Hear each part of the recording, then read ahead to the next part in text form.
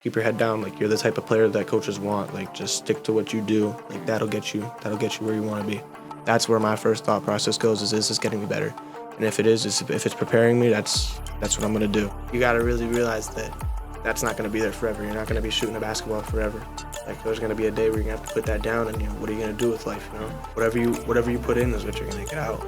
Like, if you put in an immense amount of time and work, like, you're going to get results. That's what happens. That's life. Welcome back to Ships Across the Border. My name's Max. I'm here with Chris, and today we got on our boy, Austin Smith.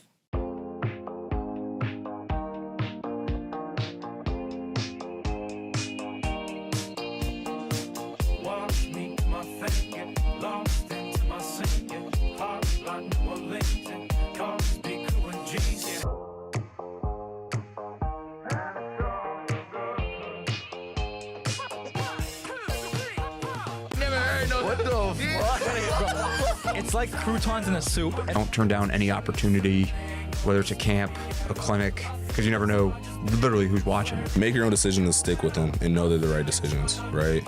And even if they aren't right, don't regret them. He didn't know creatine existed. So he got some creatine, he's like, oh yeah, lift heavyweight. Shipped across the border. I shipped across the border. Shipped across the border, man. Welcome back to Shipped Across the Border.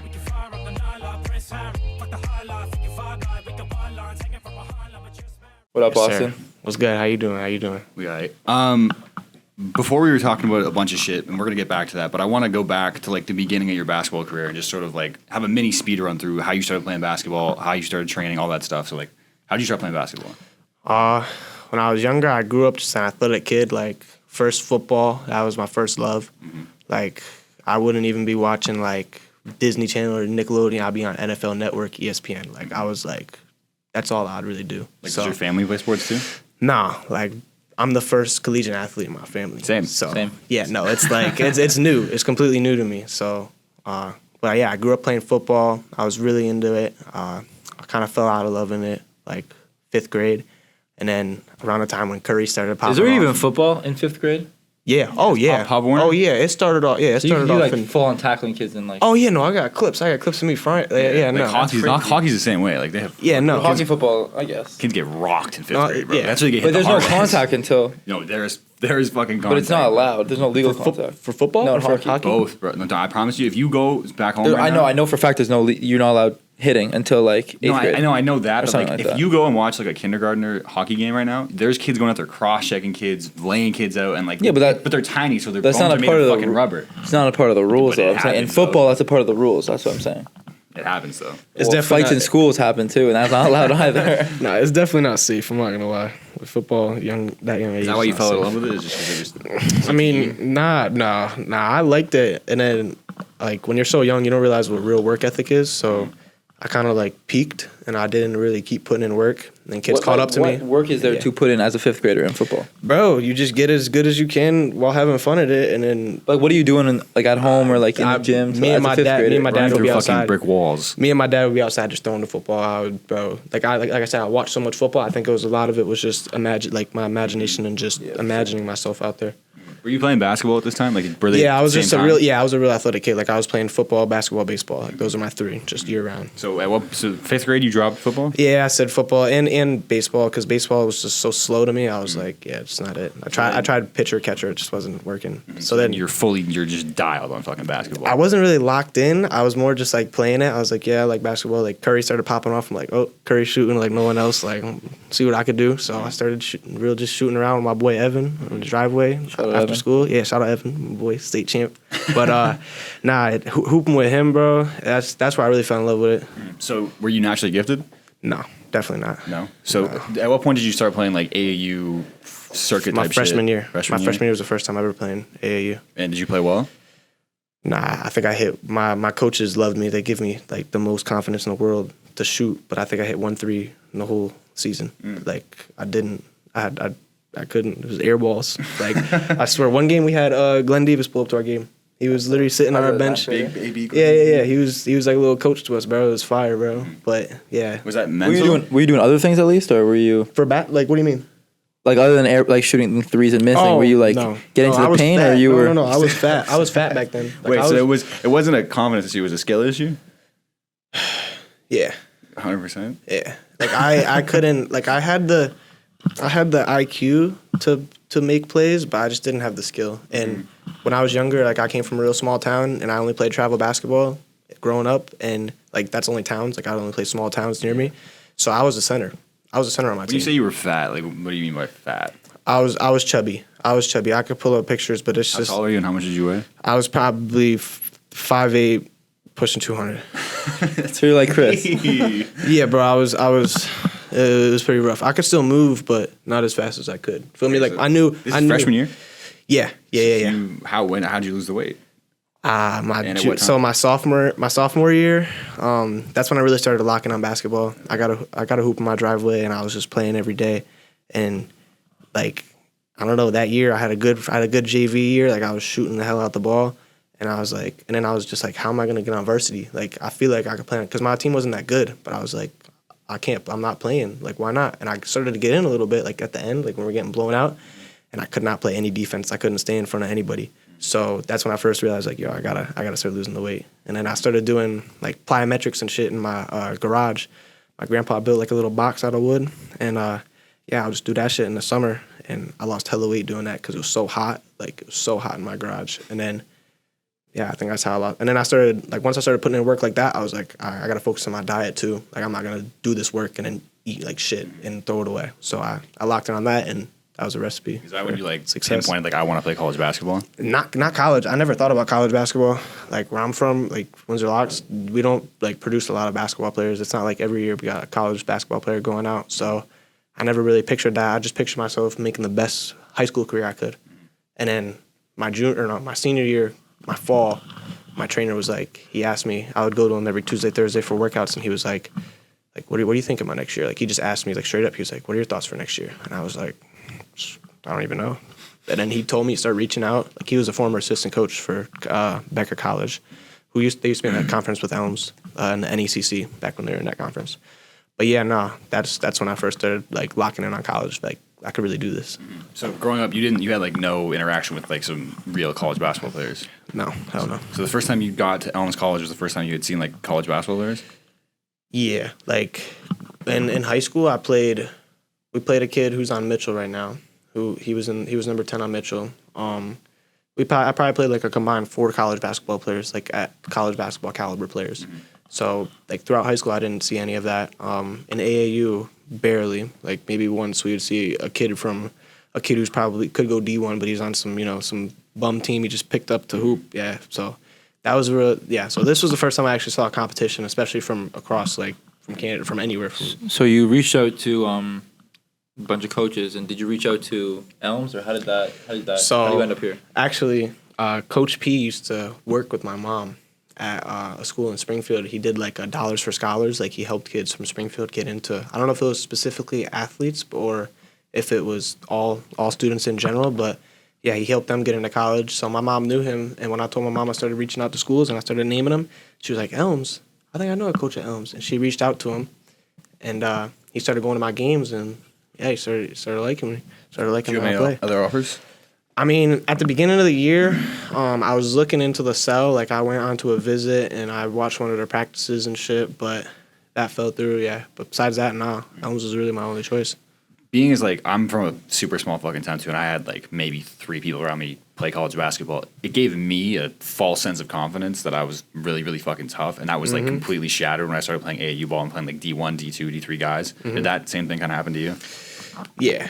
When we started playing AAU and we started playing like kids, like my coach for AAU, he's a D2 player. Well, he just transferred to Western New England, but he was a D2 player at St. Michael's. So, your coach is a player. Yeah, my AAU coach this past spring. Shout out Matt Hood, yo. But he's a player. He's like he's at Western New England right now. He's killing right now. But and he just coaches like your AAU team. Yeah. No, he was coaching his dad's actually my trainer. Like the trainer who told me what do you think about next year? Yeah. So yeah, he was coaching me, and at practices he would play with us, and just the speed I could tell like, yo, this is gonna be hard to guard. So yeah, but I had no idea. What the college like IQ part. That shocks me. The way coach has us running defenses and offensive the schemes like. Especially at a small school like that. Oh my you went to goodness. because I also went to. Was your school a private school? No, it was a town like for our town but it's such a small town. Yeah, I went to a prep school in a really small town, in a really small like private prep school in this small town, and like the concepts are just so much more advanced at this level. Like I never learned what like really icing a screen was or like any of that until like the summer before college, because I was training with this high level trainer who played pro, and it's a bunch of like all like high level college dudes in these like training sessions, and so we would go. He would kind of structure these. Shout out Rudy. I don't know if he's listening to this. Maybe I'll send it to him. He would structure the workouts as like college practices. So we would like, so that kind of helped prepare me. But that was the first time I was ever really exposed to like icing a screen or like playing, like hedging on a shooter in the corner, like just all these like concepts, or like driving baseline, having a wing cut, and like all these like different concepts that are so standard at this level, like just so foreign to me in high school. Yeah. Did you have any expectations coming into Elms of what college basketball was going to look like, and did those get shattered, or were they true? Or I think shooting. I thought that shooting was going to be like getting open shots was going to be a little bit easier, but the game's so fast. Like people close out, you gotta like really be ready to shoot. Like I sometimes in tryouts, I would try to shoot, but they would close out so fast. My jumper was too slow. Like so, I thought that I was gonna be able to shoot at a high clip, but it wasn't at that because I had to back up my range. I think that was a big reason. I started mixing up my jumper throughout the summer, and I just didn't really like stick to it, you know. And the speed, like I said, guarding people like Mike and TC. It's something I never thought like I would have to go through, like guarding day in, day out. I kind of want to get your take on this too, because we talked about the tryout process and how like everyone was fucking mentally fucked up. So like, I'm wondering how you felt coming in on this tryout process, seeing 40 guys and all this stuff. Especially as a freshman with nothing to compare it to. I was very, very, very stunned. Like the first thing I did was hit up my trainer, and I was like, "Yo, there's 40 guys here." Like, like that. Aaron said the exact same thing. I was like, "Yo, there's 40 guys that have come here, like from different colleges, like, and I'm just from a small ass town. Like what? Like, how am I supposed to compete with this?" And he was like, "On by," and you got dunked on or some crazy shit, and you're just like, "Fuck, this is college basketball." Guarding TC and him, like you could play perfect defense in front of him, and he'll just spin right off of you, and there's nothing you can do. And then if you can predict the spin and you over predict that, he's gonna snatch off of it. So it's just like pick your poison kind of thing. It's like, bro, like you gotta figure out. I don't know if he has a weakness, so figure that out. Like I don't know. You gotta figure out a different way to guard people, because usually like from my small high school, force him left. So I gotta do force him left. Yeah. And he's not gonna go up for a left hand layup to try to force him to do that. People TC, like you could force him one way, and he's gonna let you think he's going that way, and then get right back to his way. Like, yeah. So that was probably my welcome moment. Guarding them, playing defense on them was a welcome moment. Did you ever feel like quitting along the basketball journey? When I first saw that there were 32 people in our group chat, like before even people moved on, like onto campus during the summer, I was like, yo, like, is this really for me? Like, am I gonna do 4 more years of this? Like, but like now I'm locked in, like since I'm in it. And my coach told me, like, my coach who plays college basketball, he was like, yo, you're gonna think that, but as soon as you start playing, like, the sun's gonna wake up in you, like you're gonna want to like really do this. So, moving on that, so it's like you decided you were gonna quit possibly. What was your why, and why did you keep going? I realized like how far I've come.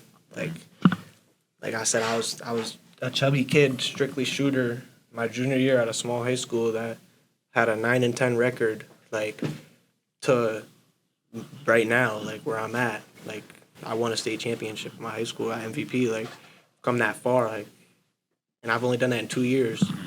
What's 4 more years? Like imagine what I could do with that. Like that's what really pushes me, like what I could be, what player I could be. You said you also weren't very naturally athletic, and I wasn't either. And one of the things that I've been like trying to get in my mind is like, because I didn't really grow up around a lot of super naturally gifted kids, but the few that I did, it seemed to me that their natural ability kind of screwed with their work ethic because they didn't feel like they had to work as hard. Do you feel like that was a driving factor for you? And like, no, you probably grew up around a few naturally gifted kids. Do you think they worked not as hard because of that, or?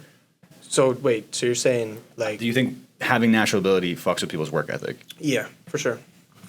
I know people on my team who they could windmill the ball. They could do windmills. And I'm like, yo, you could go D1 for track with this athleticism. Like, if you can learn how to shoot the ball or dribble, like, you could really do something with basketball and like have fun with it. But they just don't. They see the stuff that they're having fun with, the windmills, like the highlights, and they get attached to that, and that most of that stuff is gifted. Like people with some crazy handles, sometimes they just have that. Like they just come out just dribbling the ball. So it's like, yeah, they just get attached to that. They get attached to their strengths because sometimes it's gifted, and I feel like that's definitely something that affects them. As a freshman, do you have a good grasp of like what you have to work on to get into starting minutes in this kind of situation, get a jersey?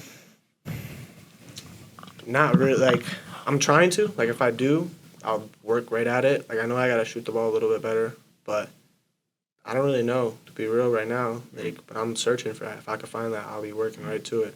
I think defensively, I could get better at everything, but I think I got to work on my shooting because my shooting's inconsistent right now. That's for sure. I want to ask you about the experience. So this year we've only done like the real scout team, like one time. Yeah.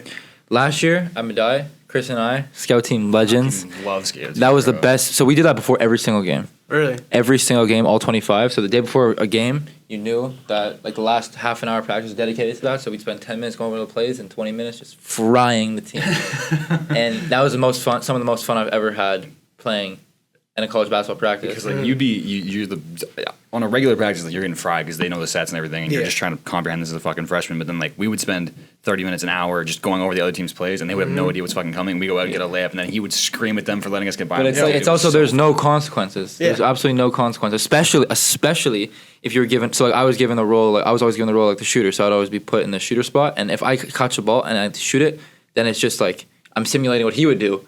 So it's like it doesn't matter. So how was because you were frying that day, those 2 days. Yeah. So what was that experience like for you? I mean, like you said, when there's no consequences, you feel so free, you feel so comfortable, and that's definitely what I felt like with the people that were out there. Like, obviously, the practice squad isn't the best team out there, so I knew that at certain times, if we're not getting shit done, I'm just gonna not try to get mine, but I'm gonna try to make something happen. So that's like I felt so free that I was doing some moves that you wouldn't see me regularly do in drills. So then, kind of like parallel off of that, how do you think that you can translate that feeling of freedom and that feeling of, because realistically speaking, like there's not like if you did something like that, like you could do what you were doing in scout team in practice. Yeah.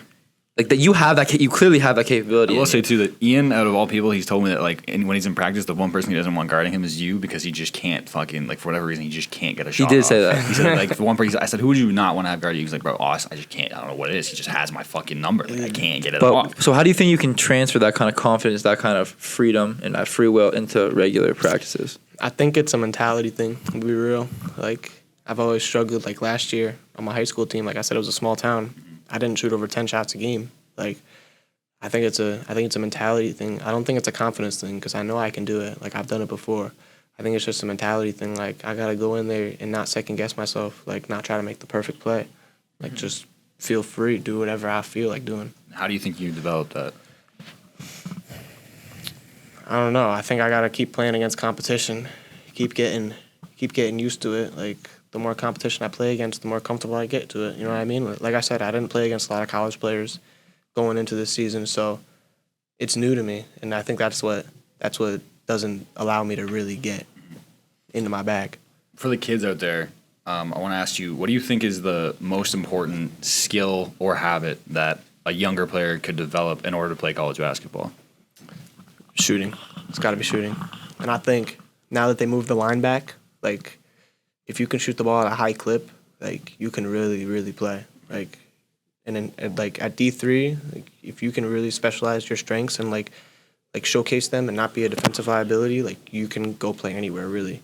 Like, that kid from Norwich, if he's shooting 50%, he could do that on any team that's setting them pin down screens. You know, any coach is going to want that. Like, any team needs that. So I think that's, like, you don't even need to really dribble that much. As long as if you can shoot and come off, like, and play defense, like, what coach wouldn't want that on their team? Was that something that you stressed when you were coming into trying to play college basketball? Or your trainer, maybe? Yeah, but I was more focused on my ball handling because my ball handling wasn't where it was at. Like, when I was younger, I could shoot. Like, all I would do was shoot.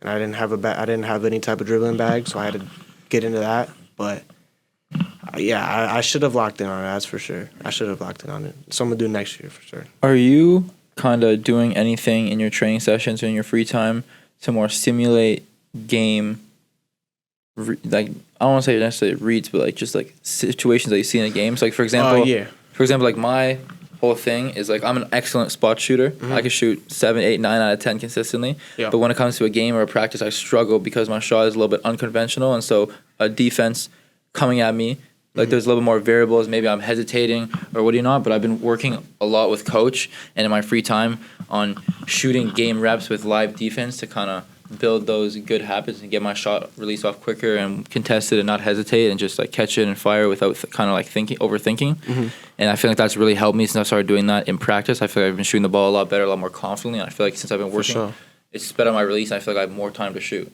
So you obviously have a different role and you're a different type of player than I am. But have you been doing anything in those training sessions to more simulate game situations? Me and my boy Coach Donovan, he played at Becker, which they were in the conference with Elms, scored 1,000 points.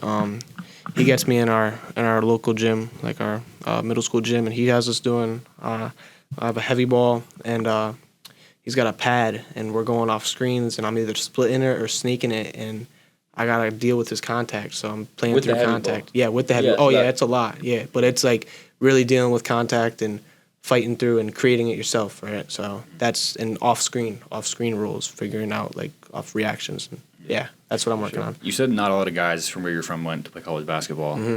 What are some things that separated you that allowed you to play college basketball?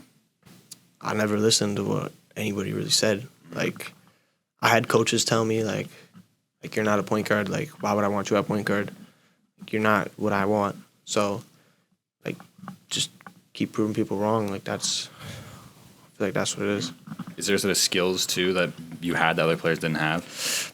I always had the work ethic. Like I would always, no matter what you said, if it was just going down back and forth just one time, like how he has us do when we lose drills, like at the end of the day, in my thought process, that's getting me better. Like that's where my first thought process goes: is this getting me better? And if it is, if it's preparing me, that's what I'm gonna do. No matter if it's useless, if I think it's like unnecessary or not, like I'll do it. I feel like Austin's like career kind of like trajectory and like his play style is literally the complete opposite of mine in a sense. Like I started off playing the point guard, and then now I'm just a shooter. And it seems like you started off as just a shooter, and now learned to play the point guard, which is kind of funny. Are there things that high school hoopers don't understand about college basketball, like from the outside looking in? Yeah.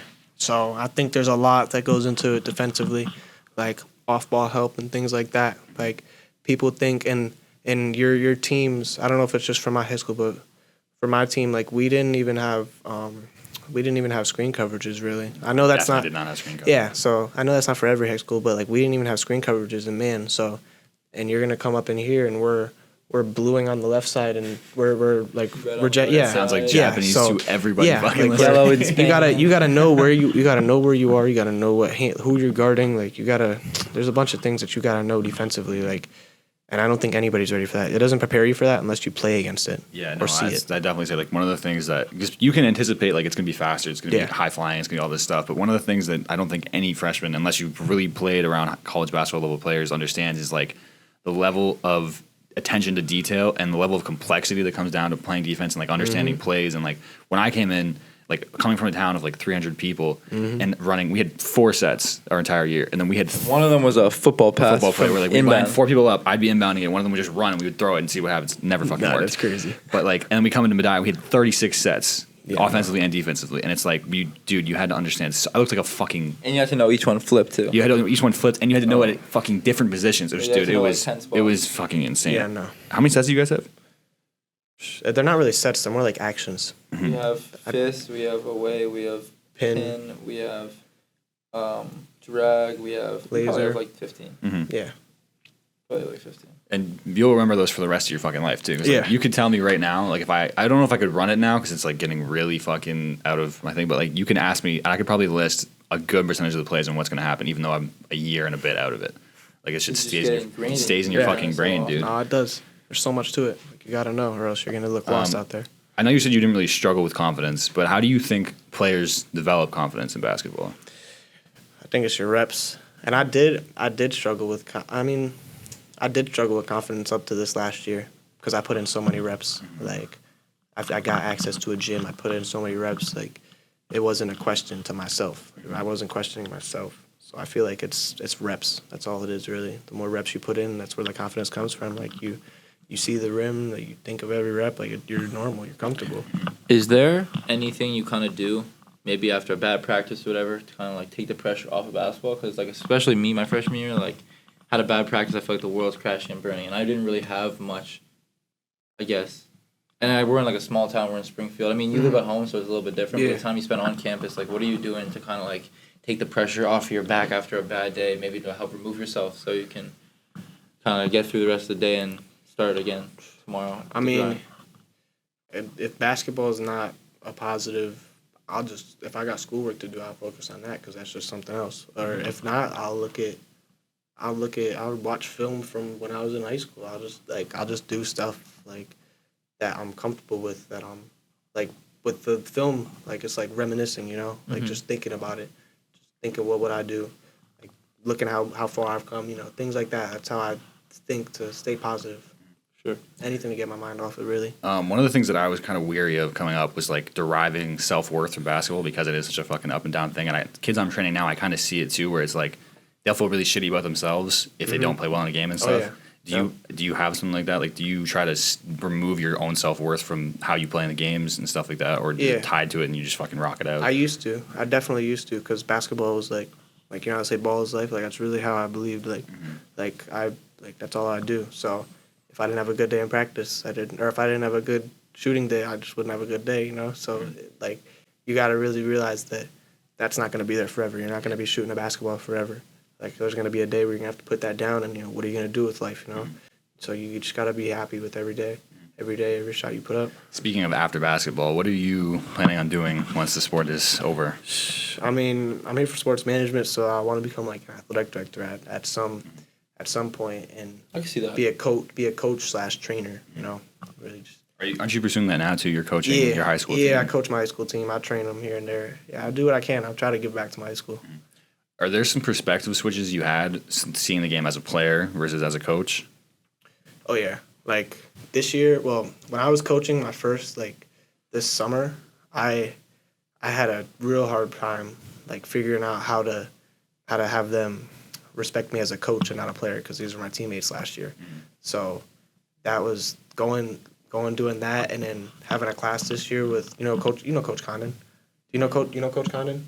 So shout out Coach Condon. But she got a class of sports psychology, and we talk about so many She's things. a professor. Yeah. What does she coach? She used to coach softball. She's like the best she's the most winning coach ever here. Like, Now she's a professor. I feel like I heard actually. She's like, I can't put a face to it, but she's the GOAT, I'm not gonna lie. But listening to her class and just how she interprets being a coach, and how everything that she says and does, and how she puts together her practices, how she talks during timeouts, like, that affects her players and how they play. And I never thought about it like that. Like, yeah, I'd say that's something that I definitely noticed that I could use for my coaching. And are there 2 lessons that you gained from basketball that you can take with you into this next part of life? Number one, whatever you put in is what you're gonna get out. Like, if you put in an immense amount of time and work, like, you're gonna get results. That's what happens. That's life. And not everything is guaranteed. I think that's another one. Like, someone could say something to you, but then that doesn't mean anything until it's there, right? So I think those are the 2. we wrap it up. I got one more before you. Do you think there are some common mistakes now that you're coaching too that you see players in high school make now that you've played college basketball and you've been through this? I mean, I think ego. I think everyone, like, in high school, like, especially if you're from a smaller town, I think that egos can get the best of you because you don't know how really good you are. You don't know how the talent, like, how big the pool of basketball is once you get to this level. But honestly, I'd say just the ego. Like, realize that you have so much more to learn. Like, even though you might be the best player in your town or in your district, like, you got a lot to learn. Like, basketball, there's so much to learn. Like, that's what I would say. Awesome. Then before we wrap it up, it's just, what's one piece of advice you kind of give to your younger self? stay motivated.